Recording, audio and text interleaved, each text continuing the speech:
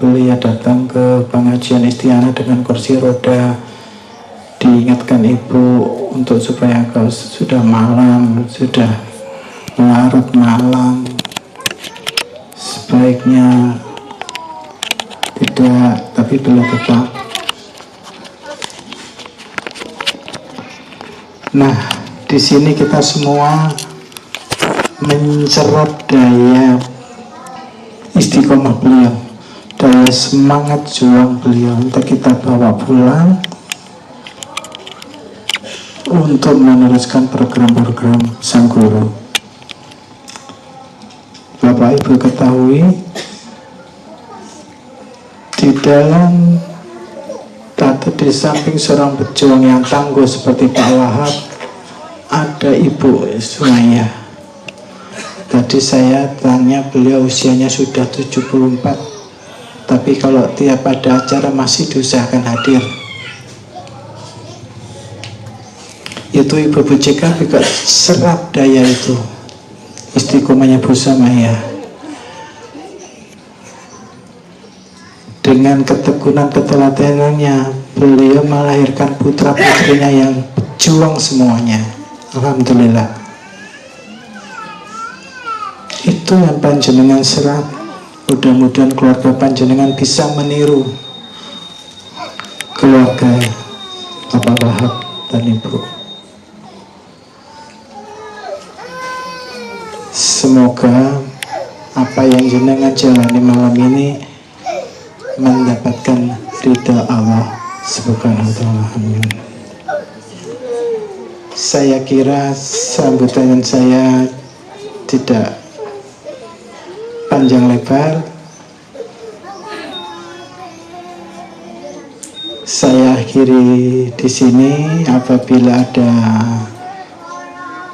kata-kata saya yang kurang pas, baik pada keluarga, pada teman-teman saya mohon maaf. Wassalamualaikum warahmatullahi wabarakatuh. Alhamdulillahirrabbilalamin.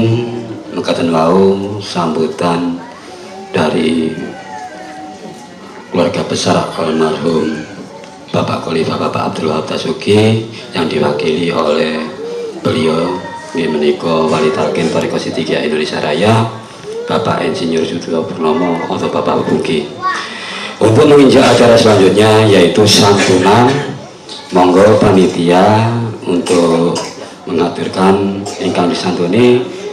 Mriki wonten santunan nggih menika ingkang kathah 6 santunan nggih menika Ibu Sulastri. Ibu Sulastri monggo lajeng kali Ibu Susi untuk simbolis, dan yang ketiga Pak Imam, Ibu Majuni, Adik Bejo kali Ibu Suprapti. Monggo panitia untuk mengaturkan ingkang disampaikan perwakilan nggih menika Bapak Ansori Wali Talqin kali Pak Bambang untuk menyerahkan simbolis dari adik-adik kita sama para tamu kita yang ingkang agung nggih menika ibu-ibu. Berdiri mawon Pak, berdiri nggih, berdiri.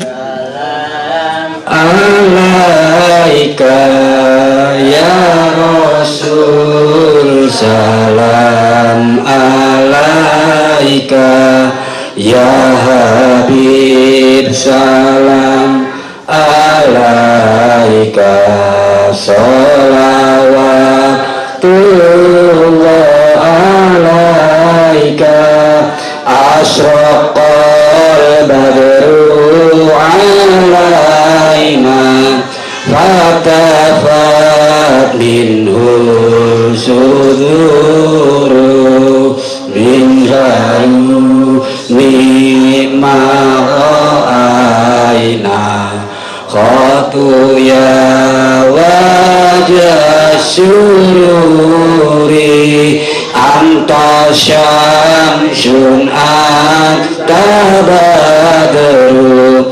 anta nurun faqau nuri anta iksiru wa ghali anta الصدور اللهم صل على محمد.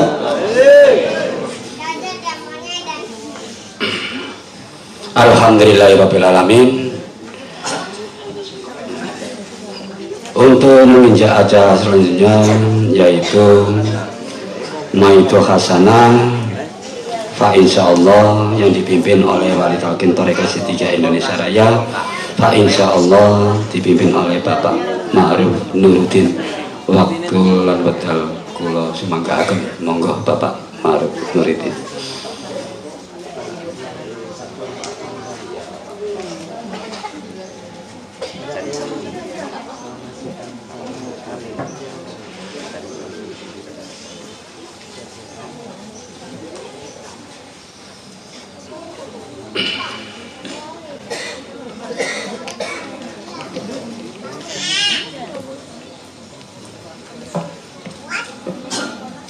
Assalamualaikum warahmatullahi wabarakatuh. Bismillahirrahmanirrahim. Alhamdulillahirabbil alamin. Al-qailu fil kitabil karim. Laqinu mautakum la ilaha illallah. Wassalatu wassalamu ala asyrofil mursalin sayyidina Muhammadin sallallahu alaihi wasallam wa ala alihi washabihi ajmain. Amma ba'du. Dumateng kang kawula mulyakaken ibunda kula tercinta yang saya cintai dan yang saya taati, dumateng sederek-sederek bapak-bapak Wali Talqin Thariqah Siddiqiyah Indonesia, inggih menika Al-Mukarram Bapak Insinyur Setyo Purnomo, Al-Mukarram Bapak Ansori, Al-Mukarram Bapak Urip Bambang Janarko, lan dumateng seluruh para pengurus organisasi di lingkungan Thariqah Siddiqiyah, baik Orsid, YPS, Libra, JKP, OPSID, sedaya menika bapak-bapak ibu pengurus ingkang dimulyakaken kalian Allah Ta'ala. Dan dumateng sederek-sederek kula sedaya ingkang hadirin wal hadirat yang saya cintai dan yang saya muliakan,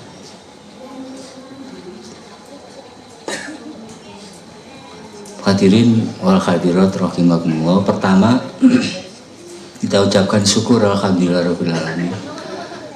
Hadirat Allah Subhanahu wa taala yang telah memberikan rahmat serta hidayat, syafaat dan lain sebagainya, karunia, anugerah, kemudahan yang tiada terhingga kepada kita semua, sehingga kita dapat menjalani kenikmatan-kenikmatan hidup yang sampai detik ini masih terus kita nikmati. Dan syukur alhamdulillahirabbil alamin kehadirat Allah Subhanahu wa taala. Yang kedua, syukur alhamdulillahirabbil alamin kepada Khatamun Nabiyyin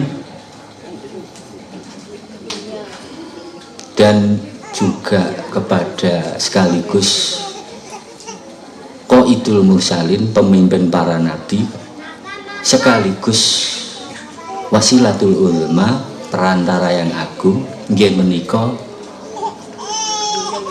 Nabiullah Muhammad sallallahu alaihi wasallam, yang mana kita ucapkan syukur alhamdulillahirabbil alamin karena tanpa melalui Rasulullah SAW kehidupan ini akan sia-sia, sebagaimana dalam Al-Quran, wa ma arsalnaka illa rahmatan lil alamin, dan tidak akan kami ciptakan engkau Muhammad kecuali untuk rahmat seluruh alam. Dan yang ketiga, syukur alhamdulillahirabbil alamin kepada Sang Maha Guru kita, beliau Imam Al-Muttaqin Mursyid Thariqah Sidikiyah Al-Mukarram Bapak Kiai Muhammad Mukhtar Mufti Syekh Mukhtarungo Al-Mujtaba Qaddasallahu Sirroh, yang mana beliau adalah pembimbing kita, imam kita, sang guru kita di dalam bingkai Thariqah Sidikiyah. Karena melalui beliau kita dikenalkan yang namanya hidup yang manfaat, hidup yang barokah, hidup yang hakiki, dan lain-lain. Untuk tersebut kita mengaturkan syukur alhamdulillahirabbil kepada Sang Maha Guru kita. Hadirin wal hadirat rahimakumullah ingkang dimulyakaken kalian Allah Subhanahu wa taala. Kula secara pribadi nyuwun pangapunten ingkang kathah. Pamila niki wau kula sebetulnya nggih sami kali Romo Bapak Insinyur Bapak Setyo Purnomo ya, dadakan. Jadi saya menghadiri sini itu sebenarnya juga sekaligus Sokibul Hajat, Sokibul Bed ya.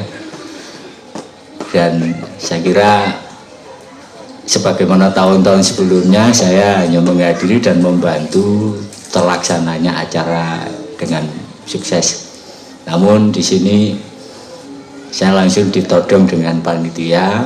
Awalnya tadinya itu diminta untuk sambutan mewakili keluarga, akhirnya dikarenakan kakak saya Bapak Wali Talqin Thariqah Sidikiyah Bapak Al-Khalat Muhyiddin berhalangan karena ada suatu hal. Untuk tersebut saya juga mewakili Bapak Al-Khalat Muhyiddin, mohon maaf karena belum bisa hadir karena ada uzur ya. Sekaligus tadi juga dioper sama Abah Pungki ini ya. Tugas saya tadi sambutan, lajeng Pak Khalat ini nggak bisa hadir. Nah, gini nyuwun ngapunten niki wau juga sebetulnya saya juga sering menyampaikan bahwa saya ini nggak bisa mau itu. Oke, ingin ngapunten menawi wonten hal-hal yang mungkin kirang. Tapi saya tetap selaku sama dengan bapak-bapak wali talqin yang lain harus selalu siap manakala ada suatu permintaan dalam suatu kegiatan. Baik, di sini mungkin saya tidak banyak berbekal saya sebagai alumni daripada pesantren Majma'ul Bahrain Sidikiyah, yang mana sedikit banyak alhamdulillah dibekali oleh Sang Maha Guru, yang mana di pendidikan alhamdulillah banyak yang saya serap tentang masalah keilmuan. Pada suatu hari saya menerima pelajaran di dalam bimbingan Linailil Maqasidil Quran yang diajarkan langsung oleh Sang Maha Guru kita Bapak Kiai Muhammad Mukhtar Mufti. Situ beliau mengajarkan tentang sebuah kaum dan peristiwanya, yang mana banyak cerita-cerita kaum beserta peristiwanya disebutkan di dalam kitab-kitab suci agama. Tidak hanya di dalam kitab suci agama Islam yaitu Al-Quran saja, tetapi juga disebutkan di dalam kitab-kitab suci agama lain, termasuk kitab sucinya agama Kristen, Katolik, yang mana jadi satu kitabnya adalah Alkitab Bible. Juga disebutkan di dalam kitab sucinya agama Zoroaster, Zarathustra, disebutkan juga peristiwa-peristiwa kaum, sejarah peradaban manusia di dalam kitab sucinya agama Hindu, Buddha, bahkan di dalam kitab sucinya agama Zarathustra, Majusi dan lain-lainnya. Hadirin wal hadirat rahimakumullah, di situ beliau mengajarkan bahwa setiap kaum, setiap golongan, mulai dari zaman Nabiullah Adam alaihissalam, selalu ada sebuah perjalanan kaum yang di situ menjadi sebuah pelajaran, atau di dalamnya ada hikmah pelajaran untuk umat manusia. Jadi tidak hanya Al-Quran saja. Sebagaimana juga peristiwa Nabiullah Adam alaihissalam. Di situ disebutkan di dalam kitab sucinya agama Kristen yang bernama Bible, Alkitab. Insya Allah ada di bab Kejadian. Jadi di dalam kitab Bible, kitab sucinya agama orang Nasrani, Nabiullah Adam itu diceritakan. Mulai dari proses penciptaannya, mulai dari bahkan iblis pun juga ada di situ. Jadi tidak hanya Al-Quran saja yang menceritakan kejadian-kejadian manusia, nabi-nabi dan seterusnya. Nah, di situ ada sesuatu yang menarik. Beliau menyampaikan, Sang Maha Guru kita, di kehidupannya Nabiullah Adam itu, Nabiullah Adam diutus untuk mengajarkan ilmu hak kepada putranya, yang mana putranya pada saat itu ada dua, bernama Habil dan bernama Qabil. Yang satu Qabil, yang satu Habil. Mungkin Bapak Ibu sudah banyak yang mengetahui tentang cerita ini. Singkat cerita, di dalam peristiwa kehidupannya Nabiullah Adam ini, Nabiullah Adam diutus oleh Allah Ta'ala untuk menseleksi putra-putranya mana yang paling tinggi keimanannya kepada Allah Ta'ala. Maka dialah yang nantinya akan mendapatkan anugerah.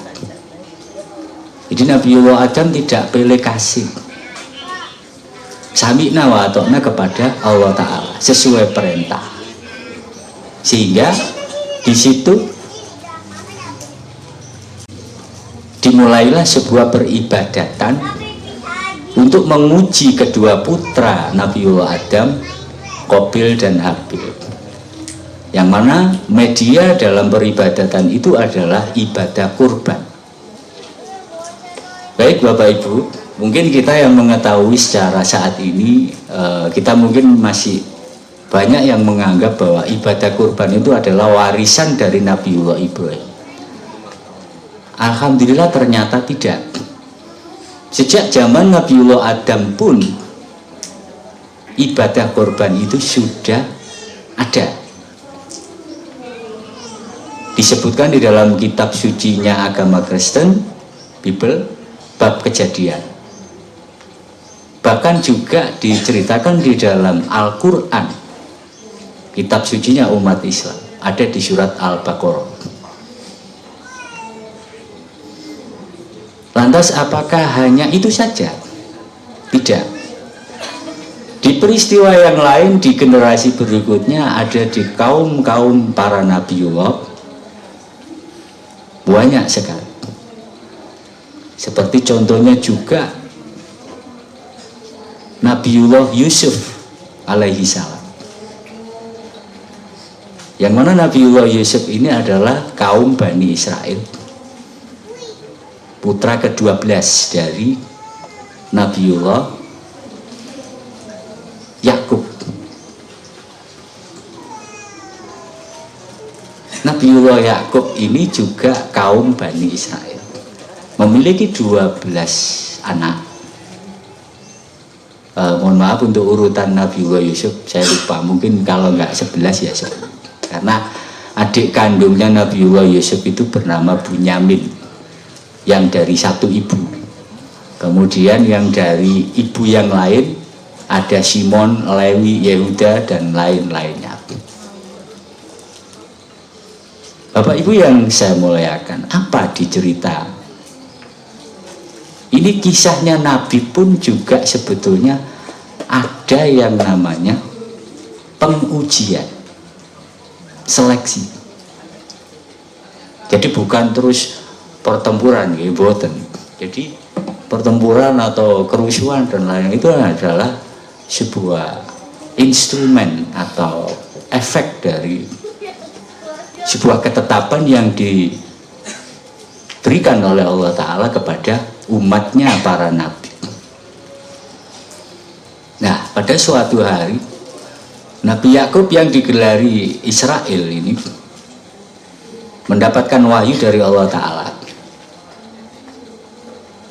bahwa nanti akan ada anakmu yang menjadi, ya waktu itu mimpinya Nabiullah Yakub berupa simbol, ada bintang, ya mungkin Bapak Ibu sudah pasti tahu ya, ini cerita nabi-nabi ya. Tapi kita tidak mengambil dari sisi cerita legendanya, pelajaran apa yang ada di balik itu. Jadi disebutkan di dalam Bible juga di bab raja-raja. Loh, apa di Al-Quran nggak ada? Ada. Kisahnya Nabiullah Yusuf itu juga disebutkan di dalam Al-Quran. Tepatnya ada di surat Al-Qasas. Ngapunten guys, saya tidak perlu menyebutkan supaya nanti tidak terlalu lama. Lagi pula saya juga nggak hafal ayatnya.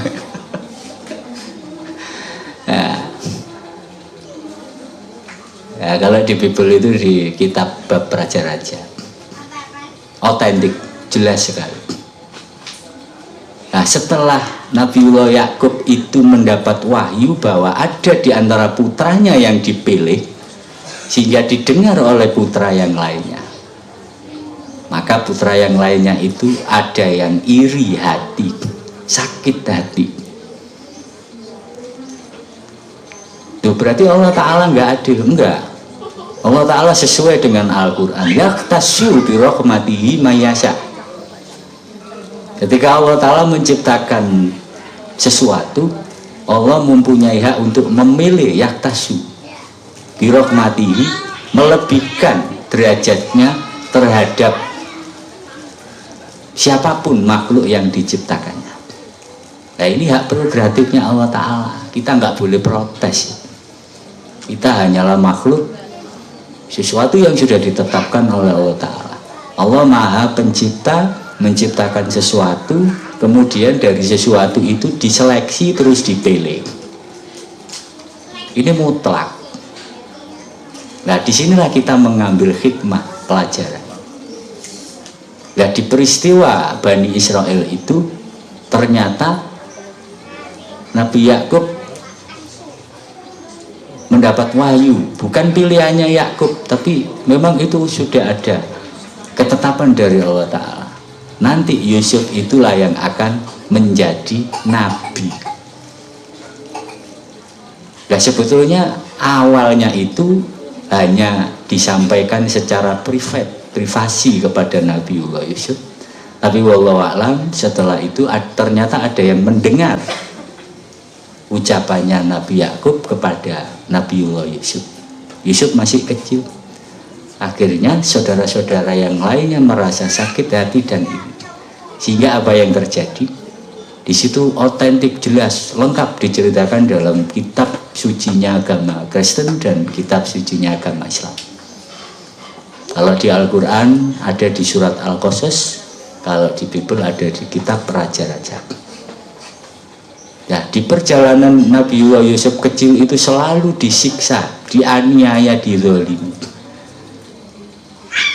Nah, di situ Bapak Ibu pasti pernah mendengar cerita itu.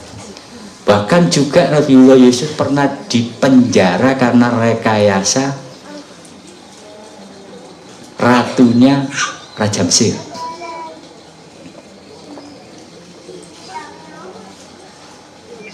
Nah di situ akhirnya disebutkan di dalam Al-Quran yang intinya adalah orang yang benar itu tidak akan bisa dihancurkan. Atau kalau di dalam doanya Siddiqiyah itu bunyinya adalah wa qul ja'al haq wa zaqal batil wa qul ja', dan katakanlah Muhammad ja'al haq, ketika datang al-haq kebenaran, wa zahaqo maka pergilah al-batil kebatilan. Sehingga secara apa ya, secara sangat luar biasanya Allah Ta'ala itu menciptakan suatu kaum sehingga di situ ada cerita legenda yang betul-betul diabadikan dan juga terdapat hikmah pelajaran untuk umat manusia. Apakah hanya Nabi itu saja selain Adam dan Yusuf? Ternyata tidak. Ada juga di peristiwanya Nabiullah Yakub sendiri, ayahandanya Nabiullah Yusuf alaihissalam. Termasuk Nabiullah Yakub itu di dalam sejarah, dalam kitab sucinya agama Kristen diceritakan bahwa ketika Nabiullah Yakub itu lahir, ternyata Nabiullah Yakub itu anak kembar, punya saudara kembar, yang satu namanya adalah Aisyu. Kalau di dalam Al-Quran disebutkan Ais, itu saudara kembarnya Nabiullah Yakub. Nah di situ Nabiullah Yakub dan Ais, yang satu itu kulitnya merah, yang satu lagi kulitnya putih. Nah di perjalanan kisah kehidupannya Nabiullah Yakub pun juga sama. Karena Yakub ini adalah putra dari Nabiullah Ishak. Ishak alaihi salam putra dari Nabiullah Ibrahim. Ishak ini adiknya Nabi Sulaiman, Nabi Ismail. Nah, Nabiullah Ishak ini pun mempunyai putra Nabiullah Yakub dan Ais. Kalau dalam Bible disebutkan Aisyu, putra kembar.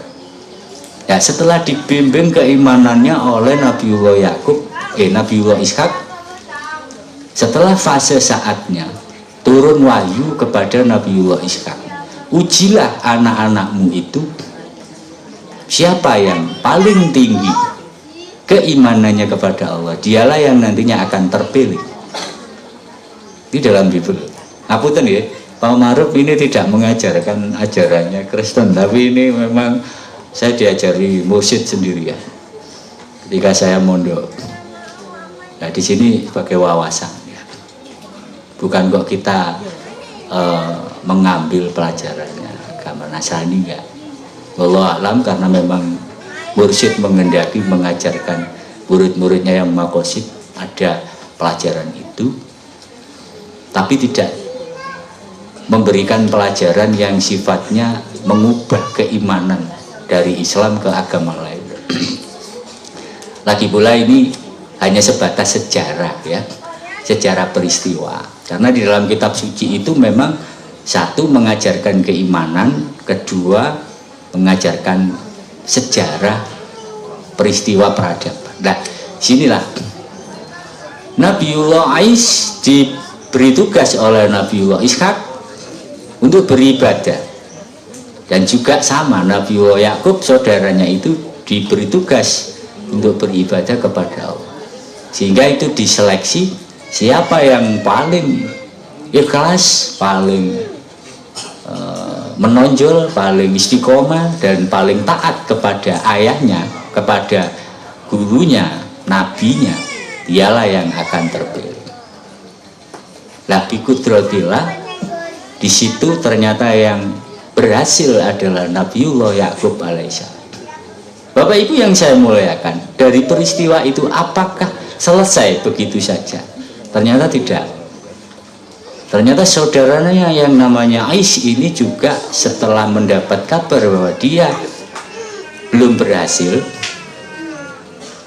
maka muncullah bisikan syaitan, muncullah iri hati, muncullah yang namanya sakit hati. Bahkan di dalam kitab Bible dan kitab Al-Quran, di dalam surat Yusuf juga disebutkan, yang mana kesimpulannya adalah saudaranya yang bernama Is ini dendam kepada Yakub, sehingga berjanji, saya akan mengejar Yakub sampai kemanapun,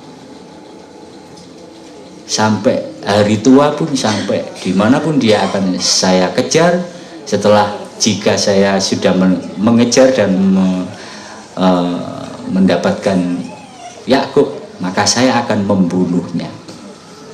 Ini hak, ini ada di Al-Quran dan ada di kitab sucinya. Karena bisikan setan, dendam. Dan bikudratillah, disitulah akhirnya dikarenakan Nabiullah Yakub diutus oleh Ishak, dikarenakan kamu kalah kekuatan. Artinya pada saat itu memang fisiknya dan lain-lainnya Nabiullah Yakub ini kalau misalkan berhadapan dengan Ais, ini kalah secara fisik, kalah. Akhirnya diperintah oleh Nabiullah Ishak, ayahnya, kamu harus lari kemanapun, ke negeri-negeri, ke bangsa-bangsa, sehingga kamu bisa selamat dari kejarannya saudaramu Is. Karena agar supaya kamu bisa terus berdakwah, memberikan kemaslahatan untuk umat. Nah, maka disitulah ternyata ada kaitannya dengan gelarnya Nabiullah Yakub yang digelari oleh Allah Ta'ala Israel. Israel itu bahasa Arab artinya Isra, berjalan, il, di waktu malam. Jadi sebetulnya Ishak itu juga pelarian. DPO sama.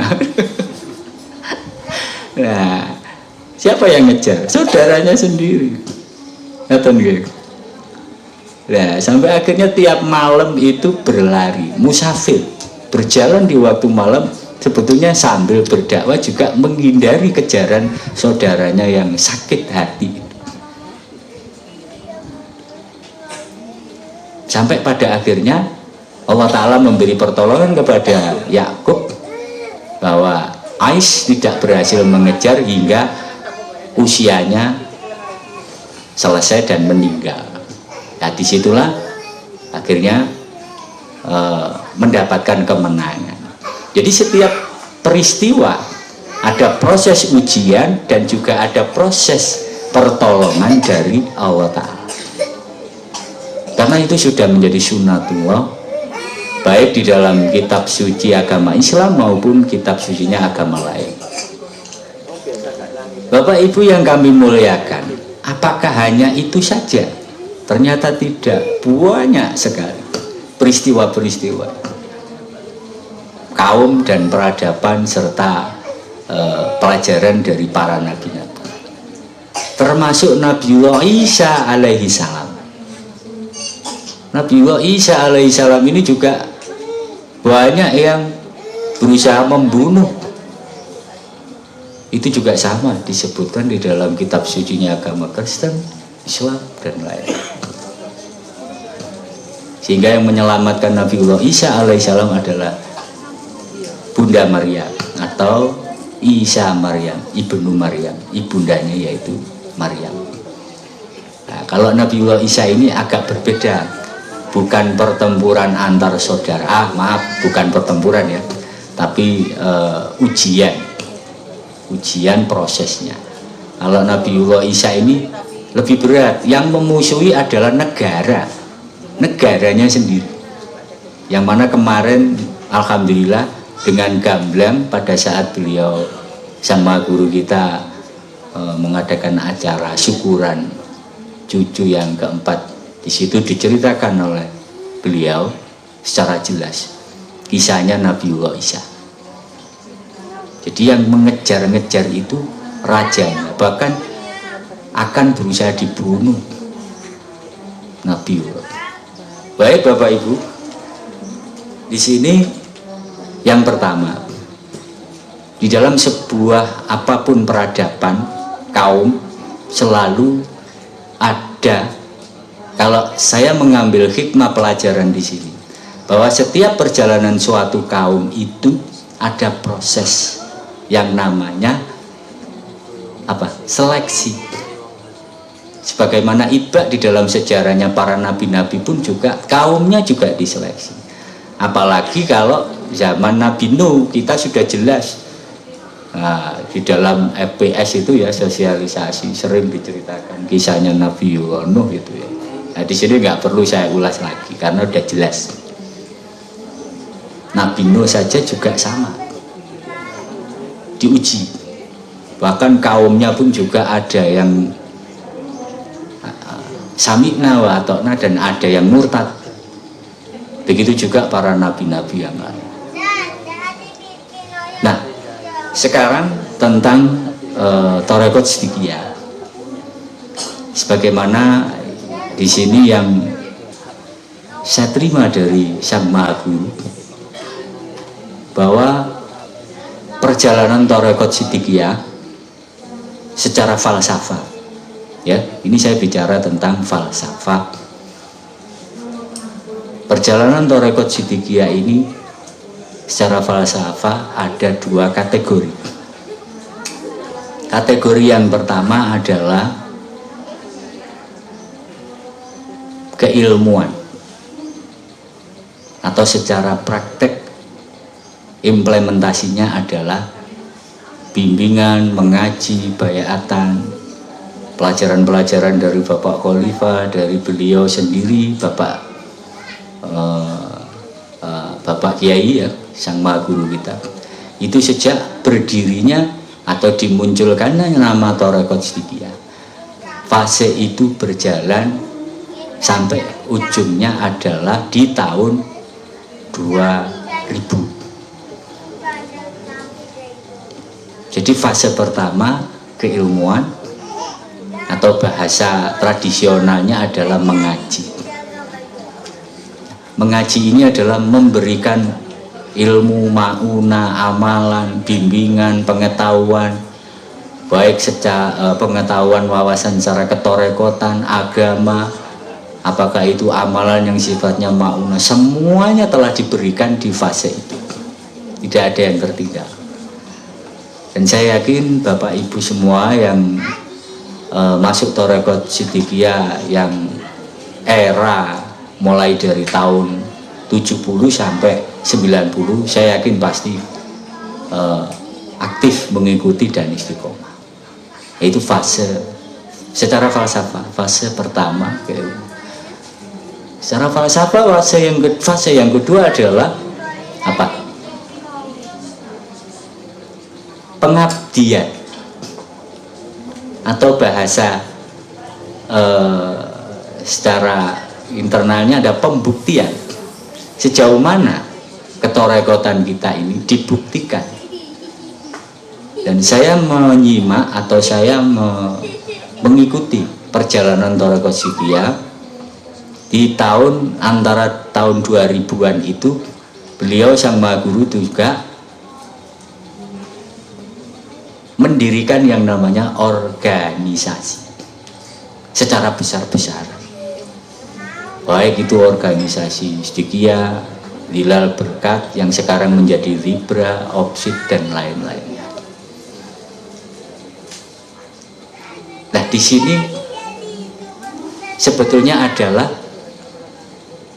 proses di dalam organisasi itu adalah wadah bagi murid-murid Thariqat Siddiqiyah, satu, membuktikan atau pembuktian sejauh mana istiqomah ketorekotannya. Yang kedua, bisa menumbuhkan buah di dalam jiwanya. Jadi kalau di fase awal itu ya wiritan, poso, ngamalno dan lain-lainnya, ritual dan seterusnya. Nah, di fase berikutnya adalah pembuktian. Makanya beberapa tahun sebelum ini, yang baru-baru ini, beliau lebih menegaskan Sang Maha Guru kita bahwa letak kualitas murid-murid Thariqat Siddiqiyah itu yang mana bisa aktif dan istiqomah di dalam keorganisasian. Nah ini beliau, bukan saya. Maka dari itu, disinilah akhirnya bertransformasi, terfilter dan tersaring, terseleksi. Dengan sangat bijaksananya Sang Maha Guru kita ini membimbing, membawa Thariqat Siddiqiyah ini mulai dari yang awal fasenya adalah keilmuan, ternyata tidak cukup sampai di situ, tapi juga harus dibuktikan. Yang mana ini kalau saya analisa sesuai dengan nama dari pesantren kita, yaitu Majma' al-Bahrain, pertemuan dua lautan. Nah disinilah, lah otomatis siapa yang menjadi imamnya Thariqat Siddiqiyah? Ya otomatis beliaulah yang paling tahu tentang kualitas murid-murid Thariqat Siddiqiyah. Apakah murid ini sudah berbuah atau belum? Artinya buah kemaslahatan, buah kemanfaatan, yang mana ilmu-ilmu sudah diberikan semuanya oleh Sang Maha Guru, sehingga harapannya adalah bisa dari masing-masing murid ini mengaplikasikan, mengimplementasikan di dalam gerak hidupnya, di dalam laku setiap waktunya, yang diantaranya adalah kemanfaatan dan kemaslahatan. Dan alhamdulillah dengan dibimbingnya sampai sekarang ini banyak organisasi-organisasi di Siddiqiyah, penguatan, saling bahu-membahu, saling merapatkan barisan. Dan panjenengan Bapak Ibu sudah tahu sendiri akibat dari yang tidak pernah berorganisasi. Nah, saya tidak perlu menyebutkan yang saat ini jenengan saksikan.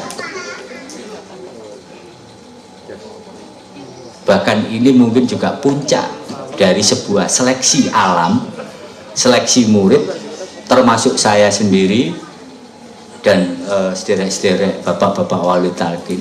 Ini juga terus, bukan pencapaian di sini terus selesai, tidak. Ini masih terus berproses semuanya. Tidak hanya panjenengan tapi juga ulolan sederek-sederek bapak-bapak wali talqin. Bahkan kita juga menyaksikan sendiri dari bapak-bapak khalifah, euforianya dan lain-lain sebagainya. Nah di sini saya memberikan sebuah landasan yang menurut sepengetahuan saya,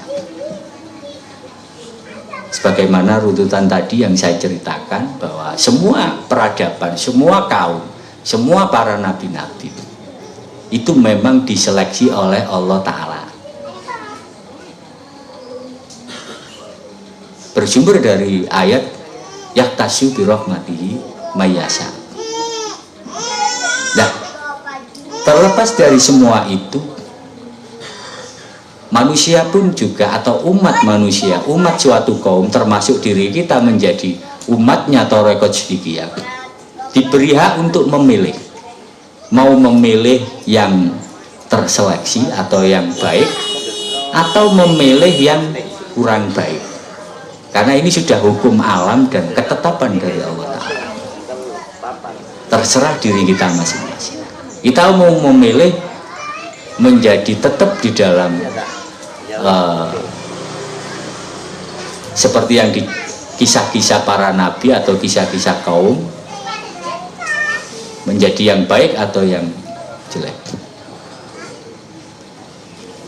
Karena ayat yang mendasar untuk para nabi dan untuk semua manusia itu dengan jelas disebutkan di dalam Al-Quran, yang bunyinya wa kadzalika ja'alna likulli nabiyyin aduwan syayatinal jinni wal insi, yang artinya adalah dan demikian itu kami jadikan likuli nabiyin, setiap para nabi aduan mempunyai musuh.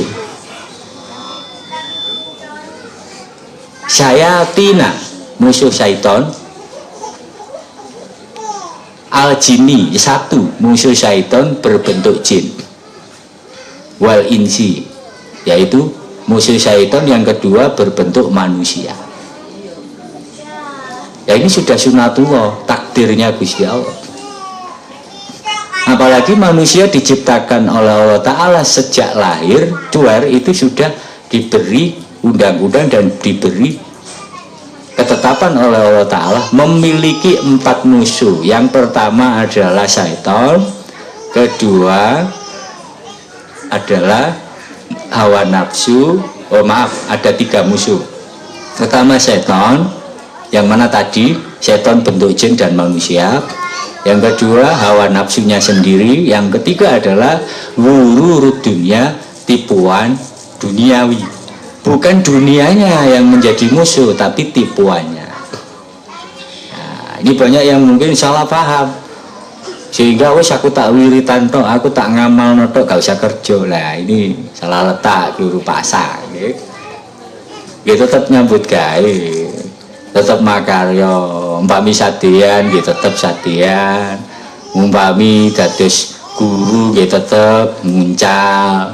Umpami menjadi pegawai, gitu tetap, karena itu bagian dari kewajiban atau undang-undang dari Allah. Ada dalilnya juga, yang mana artinya dalilnya, maaf saya nggak hafal ya. Perintah dalam bekerja ya. Jadi tegakkanlah sholat dan bertebaranlah kamu di muka bumi.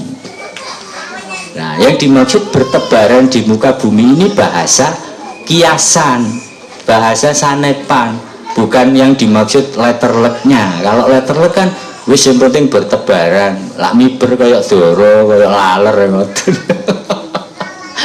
Tuh bertebaran tok mboten.